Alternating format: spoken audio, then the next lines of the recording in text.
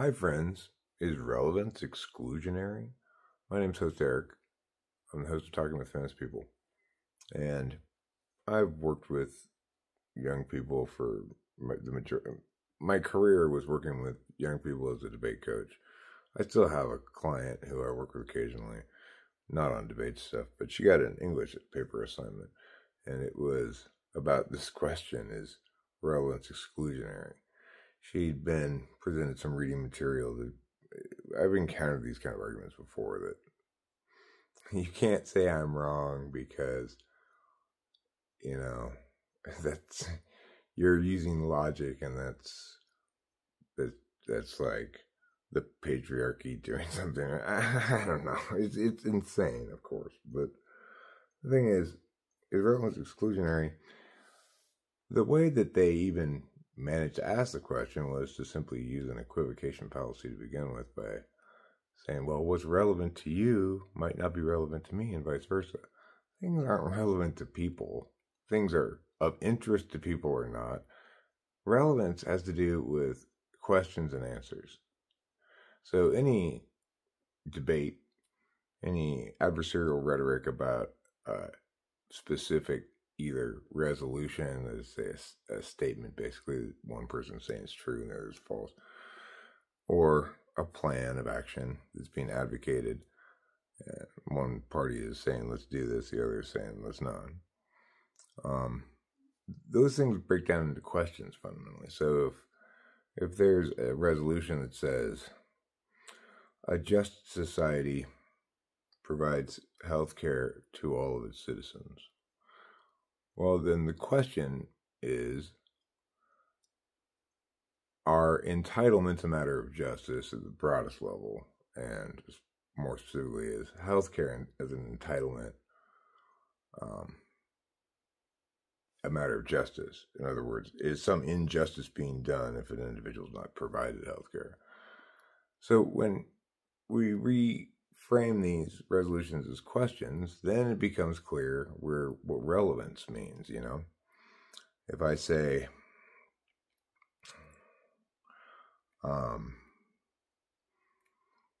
yes, health care is a necessity for a just society because unless everybody gets free health care, some people will be less healthy.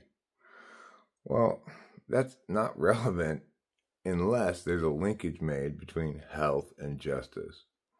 So, the on-balance improvement of societal health needs to be established as representing justice, a matter of justice, before you can have that point carry any weight, right? It doesn't have any impacts until you make a linkage.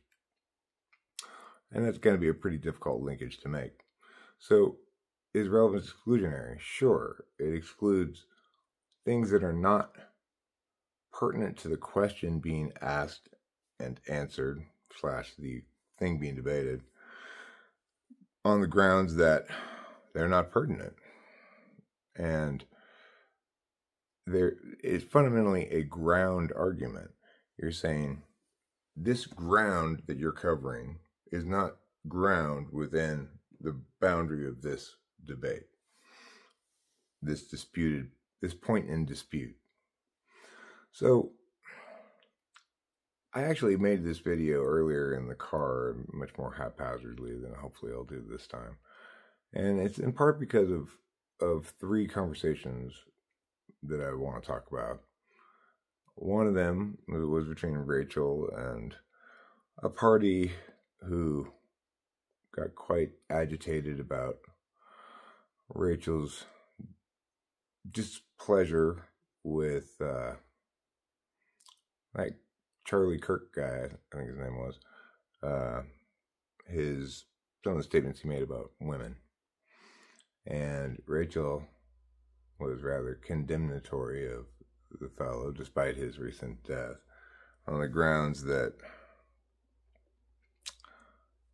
obvious grounds that if you're going to say stupid group of shit, and then the group that you're attacking and saying you need to stay down, is not going to generally respond very well to that. Certainly some individuals who self-identify within that group are not going to respond well to it. So that's one of the conversations I want to talk about is how that individual had certain expectations and realities differed from them, and that led her to make a series of points that are very demonstrative of this issue of relevance, or very revelatory about relevance. Second conversation I had was with somebody about veganism, and then the third conversation was about gun control. Okay, so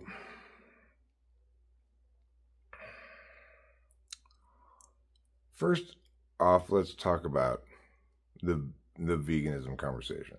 That one's maybe the simplest one to talk about. The individual I was talking to, I don't even remember exactly who it was, but they're vegan, and we're generally advocating that it's a matter of morality. It's a normative question, that it's normatively wrong to eat meat because, well, and that's where the issues arose. He can reasonably say it's normatively wrong to eat meat if he says, I'm upholding as the absolute value here sanctity of life, and my value criterion is going to be something like starving the beast that is farming of animals. So, but instead, what he wanted to say was that it's morally necessary for us to not eat meat because of animal rights. But the word rights means something very specific, and it's only something that humans have. Animals don't have rights. It doesn't mean that we can't say that there's either some obligation or either legal or moral to treat animals well or not kill them or whatever, but it can't come from rights. It's got to come from someplace else, because rights are those things that confer a duty onto another. If an animal has a right, then it would confer the duty onto the people to respect that right. However, you can only have rights that confer duties if you yourself are a moral agent who can respect rights and uphold duties, because in the absence of doing so, you forfeit your own rights. This is all just definitional stuff, right? It allows us to parse out the liabilities and ownership matters and various other concerns that when conflict arises between people. So the thing is, he didn't want to accept that animals didn't have rights, and when I did a pretty good job of clarifying why, as I just did right now, then he challenged whether rights exist at all. And I again tried to explain, to even ask that question, it's to grossly misunderstand what words do and what they're for and how they work. It is the case that people make distinctions between somebody at fault who's incurred liability and somebody who's been either the victim of unintentional harm, but nevertheless liability inducing harm, or whether they've been victimized by criminal harm. And all these things are implicit to being human, right? That we have a basic understanding of fairness, and we can tell when somebody is being treated badly, unfairly, unjustly, being abused. We have a need, an implicit need to have the world ordered by rules and laws and such, so that we can understand our place in the world and avoid conflict with our fellow humans. So, pause. So then the last element of the vegan bit is I said something irrelevant, and but I stressed that it wasn't really, it's not really irrelevant, but it's non-determinate on the answering of the question. So I pointed out that an environmentalist might make the argument that people should eat chicken and tilapia because that's the least environmentally damaging way to produce nutrition and calories and protein for human beings, just simply because you get so much more calories out of so much less space, and you end up co-opting less ecosystem and so forth. It just is. This is just factually so. But and the thing is, he wasn't even making the argument that you should be vegan because it's more environmentally friendly. He was making the argument that you should be vegan because you should respect the sanctity of life of animals, basically. He didn't know what argument he was making because, of course, nobody understands this stuff and everybody thinks that there's nothing to understand. So, he very much did not want to accept this reality, this fact about the environmental impact. Even after I stressed to him, look, it's not even determinate. There's no reason for you to prioritize environment. You're advocating in favor of veganism, not environmentalism. But, it's, he was, well, what I think people do, and he was doing this, and you'll see it in the other two stories as well, is it boils down to the prime directive. People want their expectations and realities to match up. And part of that is that they want to keep what they have. When they think they have something, they don't want it disrupted at all. So as an individual, he thought he had the correct position on veganism. In reality, you can't have a correct position without having the correct arguments. You can successfully generate an internally consistent correct on that ground position if you know a little bit about what you're doing, but you can't say that you have the right stance on veganism unless you can say, I have the winning arguments on it, at least under my own framework. If you don't know what value you're upholding, or that you are upholding a value in making your advocacy, in this case would be really sanctity of life, although he would have said it was rights.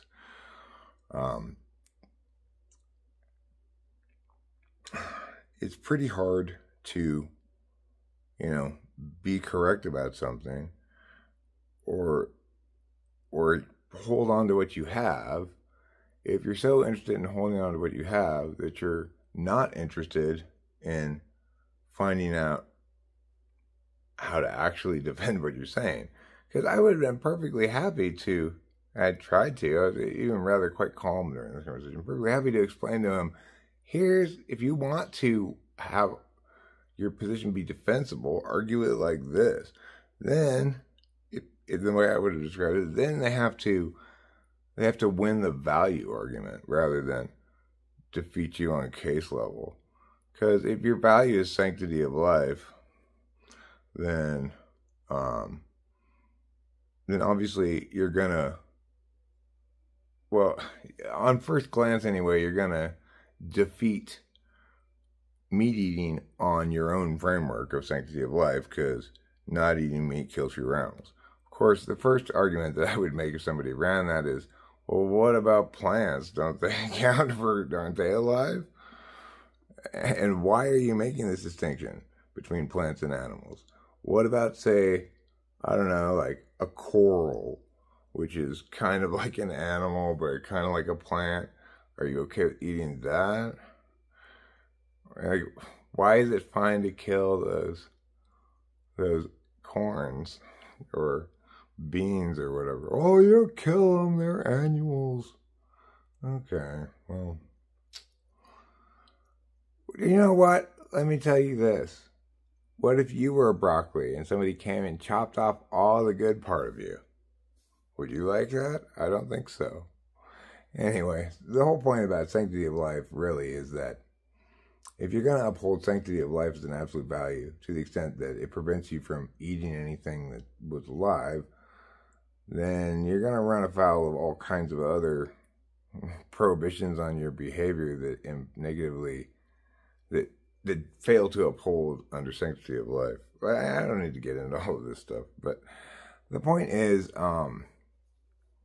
it wasn't so much that in the past I've always been I just keep banging my head against the same walls and saying like, why don't you just listen to me and be less wrong accordingly? You don't have to do any of the thinking yourself. But of course, it's a product nobody wants.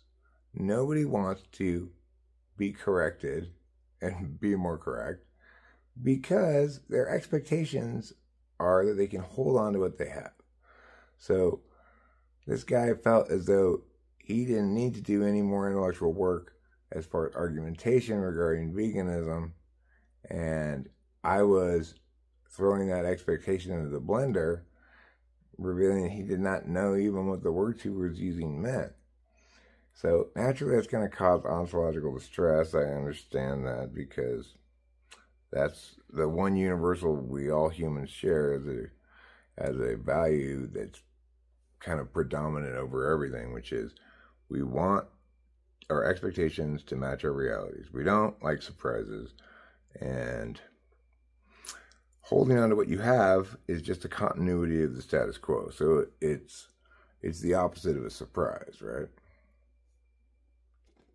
Okay, now let's go on to story number 2 on the gun control thing.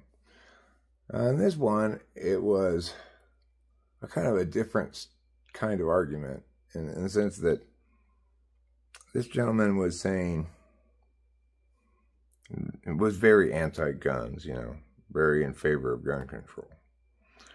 And I pointed out the obvious things, which is, number one, the proper frame here in the U.S. is the Constitution for this issue, because the Constitution both enumerates the powers of the federal government and it enumerates some of the rights of the people. Secondly, the Supreme Court has already ruled on the Second Amendment issue, saying it does guarantee an individual right to own a gun. Thirdly, the federal government's already passed myriad pieces of gun control legislation, none of which have prevented shooting deaths. So why should we think that additional such legislation is going to do any good? And fourthly, there's already 300 million guns in the country. Let's say you were to impose strict gun control, how would you possibly get all those guns away from the people who have them? Would you go up to their house with a gun and say, with this gun, I am here informing you that I can have a gun, but you can't, and you must give it to me? It's just insane, right? Really. And so my point was, given all of these things, it would be very silly, for example, for an individual to vote for a federal candidate on the issue of gun control, since it's totally more or less settled, except for tiny issues on the margins, like, how much capacity a magazine can have and this kind of whatever kind of stuff, Nobody should vote for anybody on abortion either, because it's out of federal hands. It's not a federal issue. If you want to vote for somebody on the issue of abortion in your state, fine, that makes sense, because that's where the legislation on the matter is going to be done. And what I was doing in this instance was challenging this person's way of determining who to vote for, I guess. I was saying, one thing you definitely don't want to do is vote on stupid wedge issues that aren't even potentially matters of public policy. Well, obviously, that's exactly what this guy does. And he expects that existing paradigm to continue to serve him moving forward. And reality came crashing into his face on that occasion, because everything I said was absolutely true.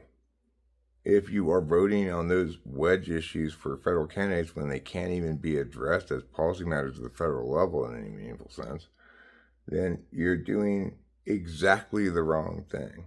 You're playing, are you on my team or not? That's all I need to know, whether you're with the good guys or the bad guys. So I'll just check your position on this wedge issue and not care at all about the fact that, like, for example, if I were to try to run on my abortion stance like Kamala Harris did in California, it would be incredibly disingenuous and everybody should boo me mercilessly. Because the president, if you're running for president, you should be well aware of the fact that abortion is no longer a federal matter, and the president can't do anything about it anyway. And then, you know, if you're Kamala Harris and you're saying, because every woman has a right to an abortion, constitutionally guaranteed right to an abortion, when she knows that's not true. It's not anywhere in the Constitution. Roe v. Wade's been overturned. She's a lawyer. She has to know it's not true. That is what's wrong with politics in America, right? It's that people are saying, oh, good, I agree with her on abortion. I don't need to think at all. I don't need to be correct about anything. Because as long as she and I are on the same team on these core wedge issues, that's all I need to know. Then I've got the right candidate because they're on the right ideological slant or something.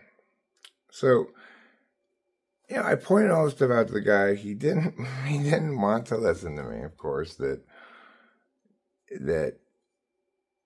it's not, that, for example, with the gun control thing, he was passionately in favor of gun control, and it broke down to, at the end, what he said was, I know a 15-year-old who died from gun violence.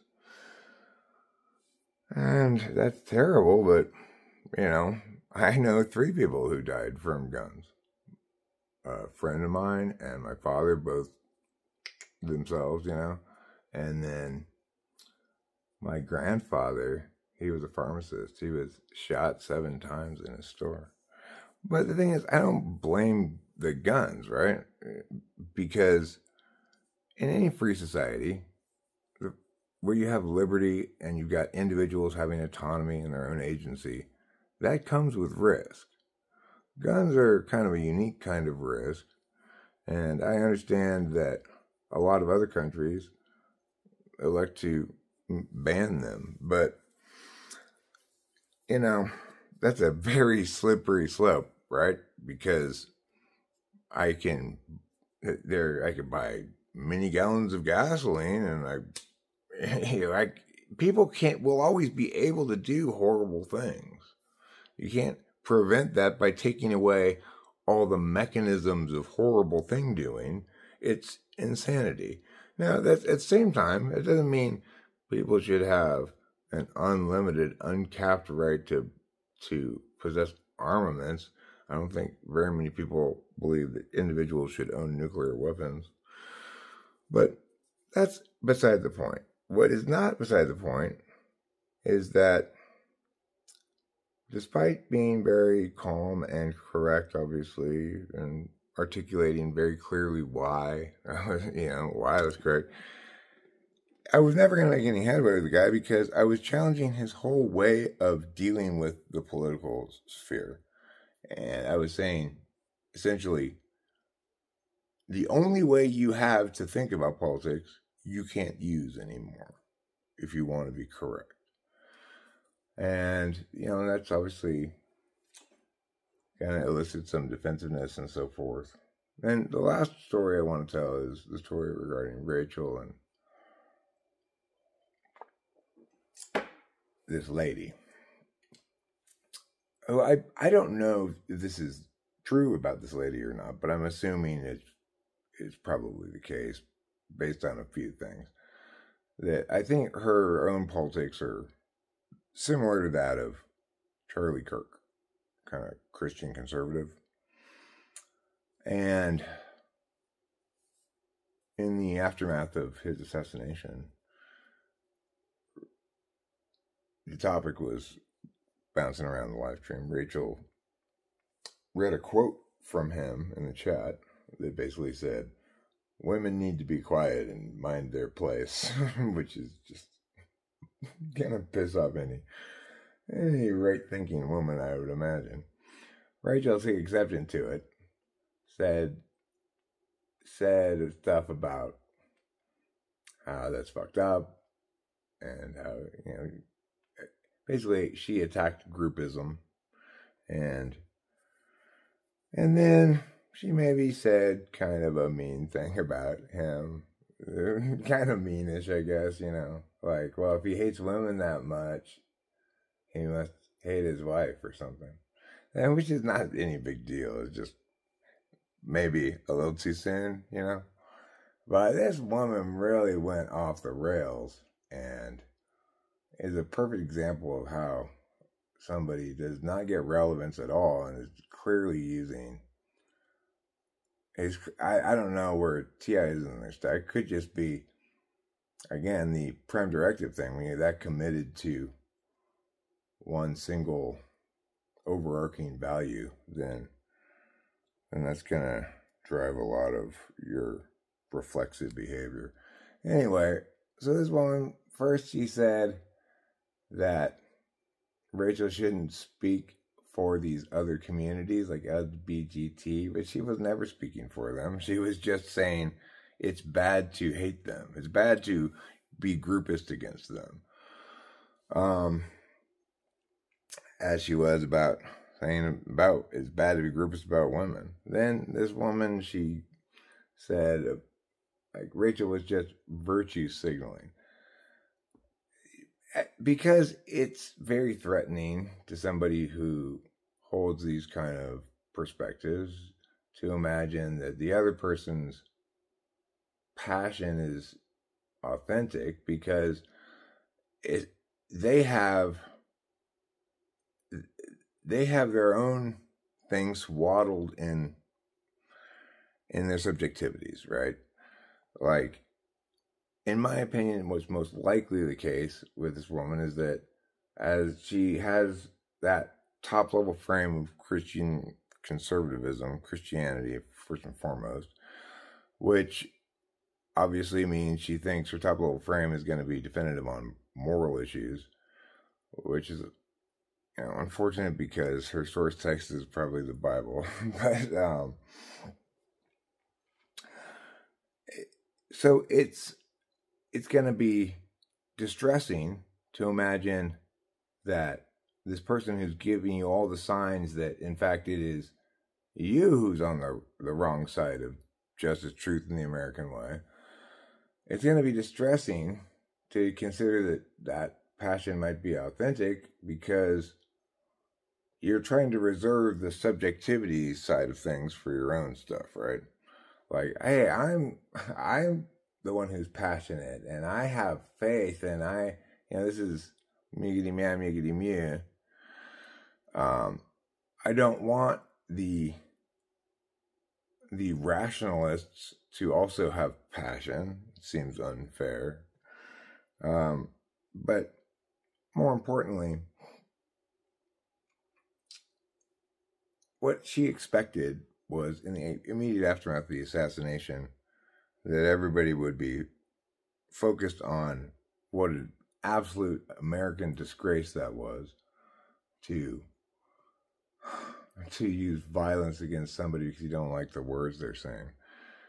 And that in the immediate aftermath of that reality, that instead of her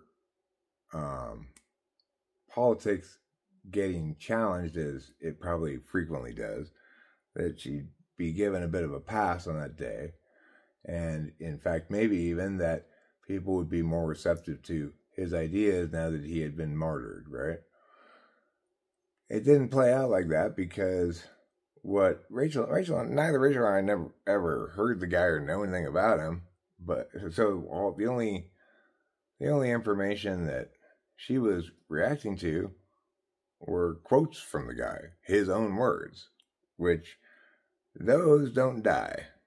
When you clearly advocate your perspectives over and over again, debate people on the internet about it, and etc., your advocacy and your words don't go away. And we get to continue to critique those as objects of analysis as much as we want, because they represent not just your words, but they represent a position that somebody else might advocate or adopt, be persuaded by, or whatever. Pause.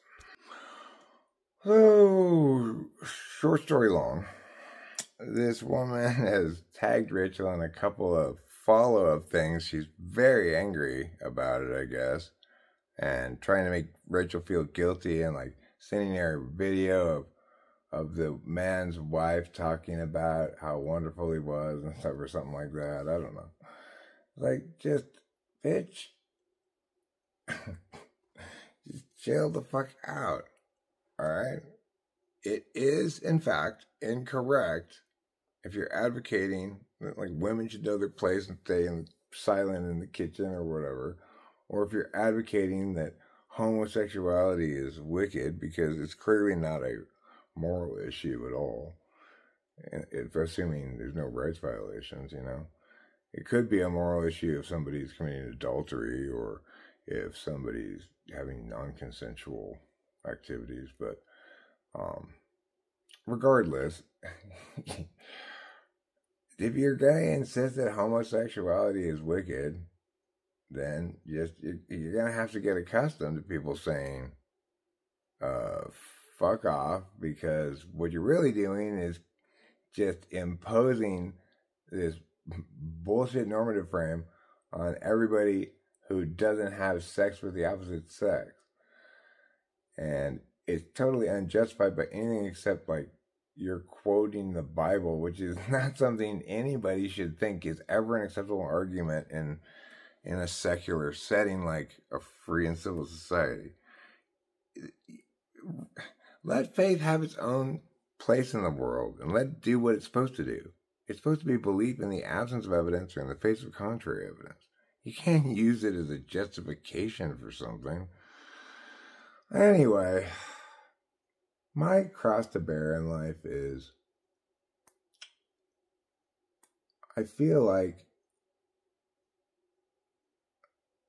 the only, and this is, I'm sure, me just kind of projecting my frame of reference as a kind of global assumption or something, but I really think that the only way to save America and the world is to have the right words at the top of the public discourse. You know, the president's got a bully pulpit.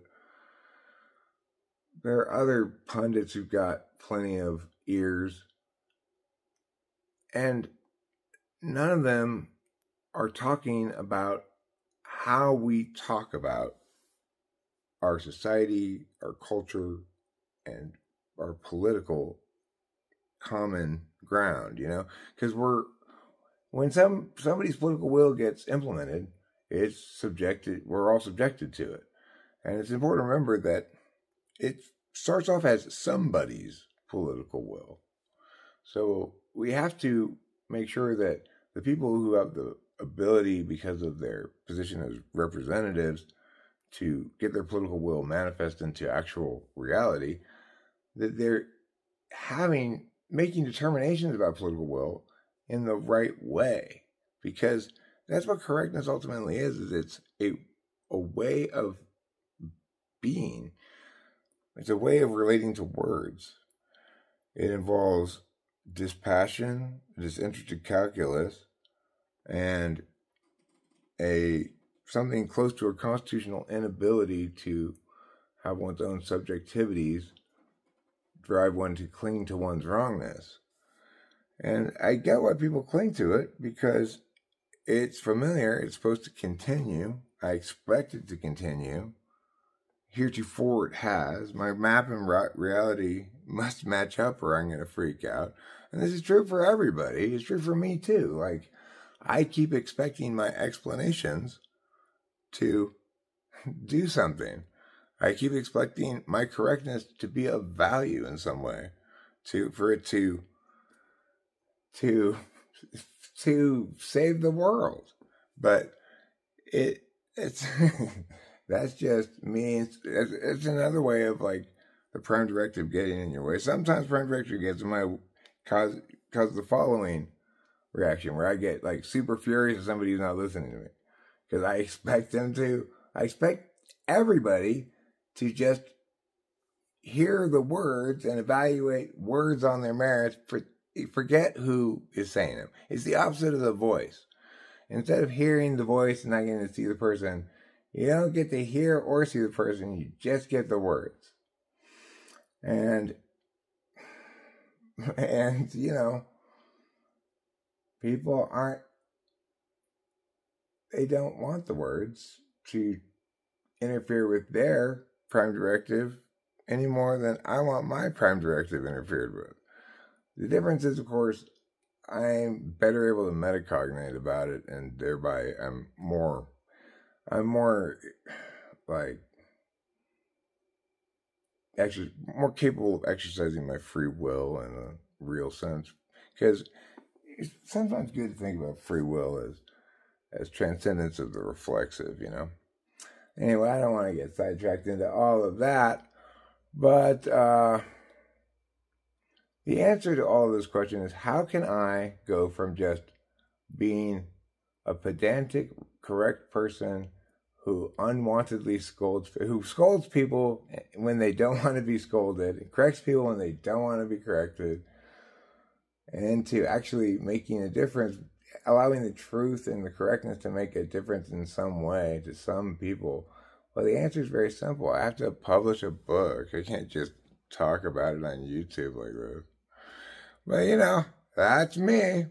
I've got my map for reality, and my map for reality says these words are so good and true that they're going to go viral one of these times, no matter how many millions and thousands of times I have been wrong in thinking that. So I can certainly be wrong too. I'm going to guess this video is going to get 1 million views. And I'm also going to guess that I'm terribly wrong.